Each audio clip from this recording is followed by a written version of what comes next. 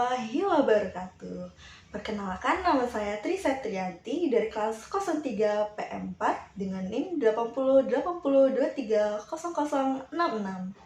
Nah, baiklah, pada video kali ini saya akan membahas ada 3 soal yang sering banget muncul di mata kuliah akuntansi manajemen. Nah, kalian harus dengerin penjelasannya sampai habis ya, karena nanti saya akan bahas satu persatu soal beserta contoh dan kesimpulannya. Nah, kita masuk pada soal yang pertama, yaitu soal penganggaran modal. Nah, di sini diketahui pada investasi awal yang dikeluarkan yaitu sekitar 400 juta dengan umur ekonomisnya yaitu sekitar 5 tahun dan periode pengembalian 4 tahun dan faktor diskontonya 8%. Nah, di sini disebutkan pada tabel yaitu pada tahun pertama disebutkan ada 300 juta, pada tahun kedua ada 120 juta, pada tahun ketiga ada 145 juta, dan tahun keempat ada 230 juta, dan tahun yang terakhir yaitu tahun kelima ada 200 juta. Nah, di sini tujuan kita adalah untuk mengetahui pada tahun keberapa investasi tersebut tertutupi dengan mendiskontokan arus kas tersebut. Nah, kita akan memasuki pada langkah yang pertama, yaitu untuk mendapatkan arus kas diskonto, kita harus mengalihkan arus kas pada tahun pertama dengan faktor diskonto yaitu 8%.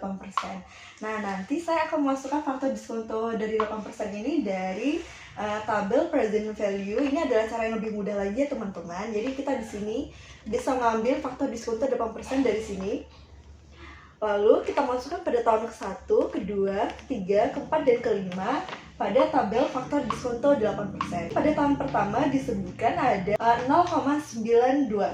Di sini kita tulis. Nah, begitu juga seterusnya pada tahun kedua, ketiga, keempat, dan kelima. Nah, setelah kita mendapatkan faktor diskonto dari 8% ini, maka kita harus mendapatkan kembali yaitu arus kas diskonto dengan cara mengalihkan arus kas pada tahun pertama dan faktor diskonto 8% pada tahun pertama. Jadi 300 juta kita kalikan dengan 0,926. Baiklah, kita cari di sini dan hasilnya 277.800 juta. 277.800.000. Lalu begitu juga dengan tahun kedua, ketiga, keempat, dan kelima. Di sini saya sudah mencari arus kas diskonto pada tahun 2, 3, 4, dan 5. Nah, di sini lalu kita jumlahkan semuanya itu sekitar 835.070.000.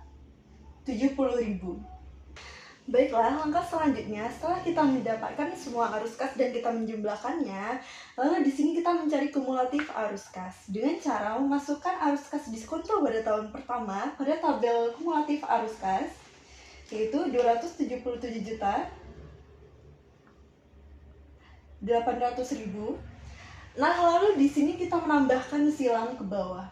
Nah, 277 juta kita tambahkan dengan 102.840.000.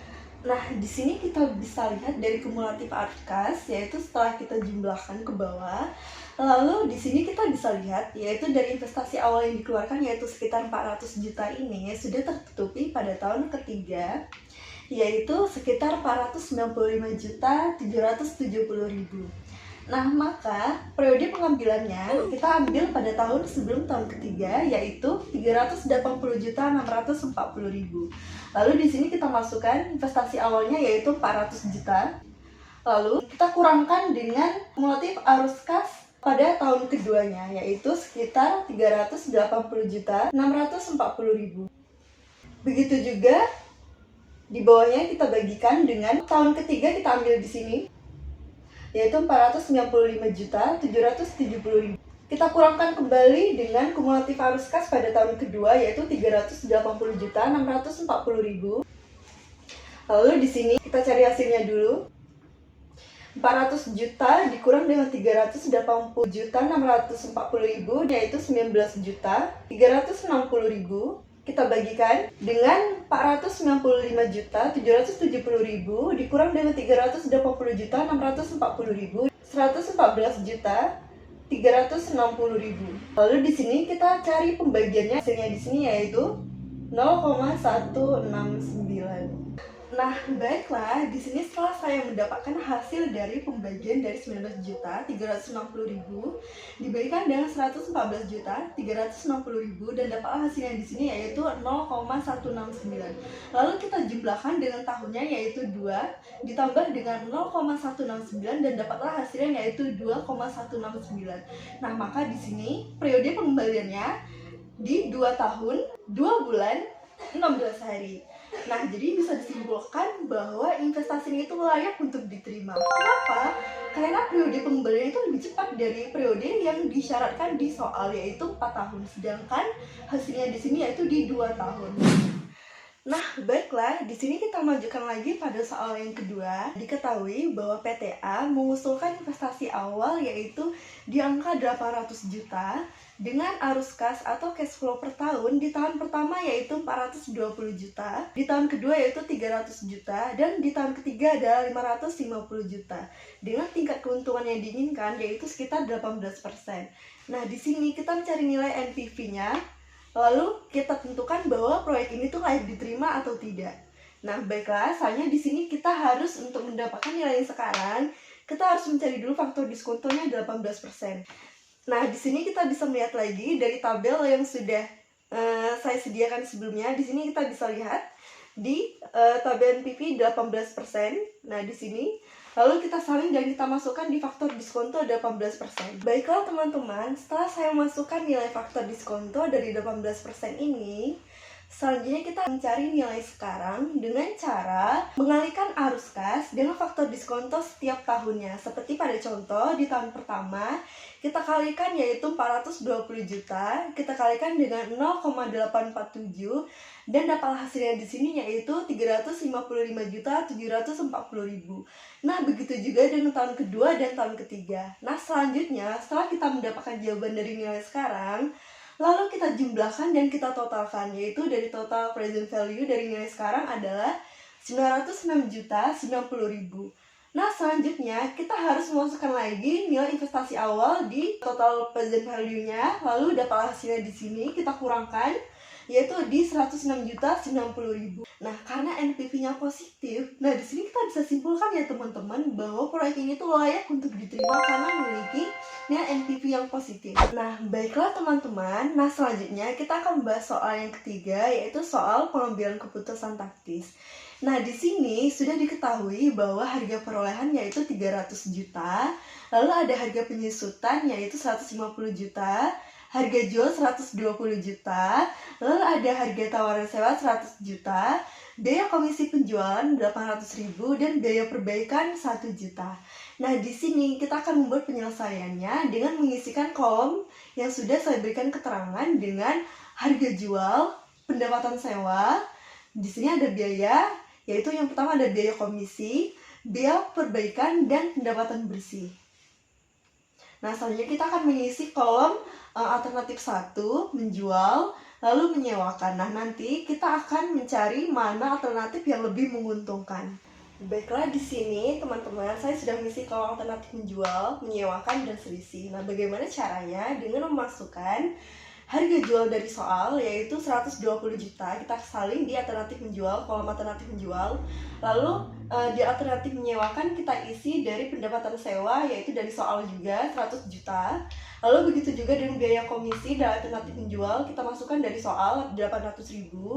Lalu biaya perbaikan untuk diisi di kolom alternatif menyewakan yaitu dari soal juga 1 juta. Nah, lalu di sini kita bisa mendapatkan pendapatan bersih dari pengurangan 120 juta harga jual ke biaya komisi, dan di sini hasilnya itu 119.200.000. Lalu dari alternatif menyewakan pendapatan bersih kita bisa dapat dari 100 juta dari pendapatan sewa yang kita kurangkan dengan biaya perbaikan 1 juta, jadi hasilnya di sini ada 99 juta. Nah, untuk mendapatkan selisih sendiri kita bisa mengurangkan dari kolom alternatif menjual ke alternatif menyewakan, yaitu dari harga jual kita kurangkan dengan pendapatan sewa. Dan di sini hasilnya ada 20 juta. Lalu begitu juga dengan biaya komisi dan biaya perbaikan yang kita kurangkan, dan di sini hasilnya adalah 200.000. Nah, untuk mendapatkan pendapatan bersihnya sendiri kita juga mengurangkan dari selisih yang pendapatan sewa, kita kita kurangkan dengan biaya perbaikan di sini dan hasilnya ada 19.800.000. Baiklah, setelah kita mencari alternatif menjual, alternatif menyewakan serta selisih, selanjutnya kita mencari nilai buku serta selisih dari alternatif 1 dan alternatif 2. Nah, bagaimana kita cara mendapatkan dari nilai buku dan selisih ini? Nah, kita bisa mendapatkan nilai buku ini dari harga perolehan yang kita kurangkan dengan penyusutan, yaitu 300 juta, yang kita kurangkan dengan 150 juta di sini, dan kita tulis di nilai buku alternatif 1 dan alternatif 2, yaitu 150 juta. Nah, lalu bagaimana untuk mendapatkan selisih ini? Yaitu dengan cara mengurangkan nilai buku alternatif 1 ke setiap alternatif kolom menjualnya, itu menjual dan menyewakan. Seperti yang pertama, alternatif 1, kita mengurangkan dari nilai bukunya 150 juta, yang kita kurangkan dengan alternatif 1 menjual, yaitu 119 juta 200.000. Ini kita ambil dari pendapatan bersih. Nah, di sini hasilnya ada 30.800.000. Lalu begitu juga dengan alternatif 2, kita mengurangkan dengan pendapatan bersih alternatif 2, yaitu 150 juta yang kita kurangkan dengan 99 juta. Nah, dan di sini hasilnya ada 51 juta. Nah, dari sini kita udah bisa lihat ya hasilnya teman-teman ya, mana yang lebih menguntungkan. Nah, menurut saya lebih menguntungkan adalah alternatif 1. Karena kenapa? Karena keuntungannya itu lebih besar ya daripada alternatif 2. Nah, jadi tentunya proyek ini tuh lebih menguntungkan di alternatif 1. Baiklah teman-teman, cukup sekian penjelasan soal dari saya. Semoga kalian paham ya teman-teman. Oke, see you next video.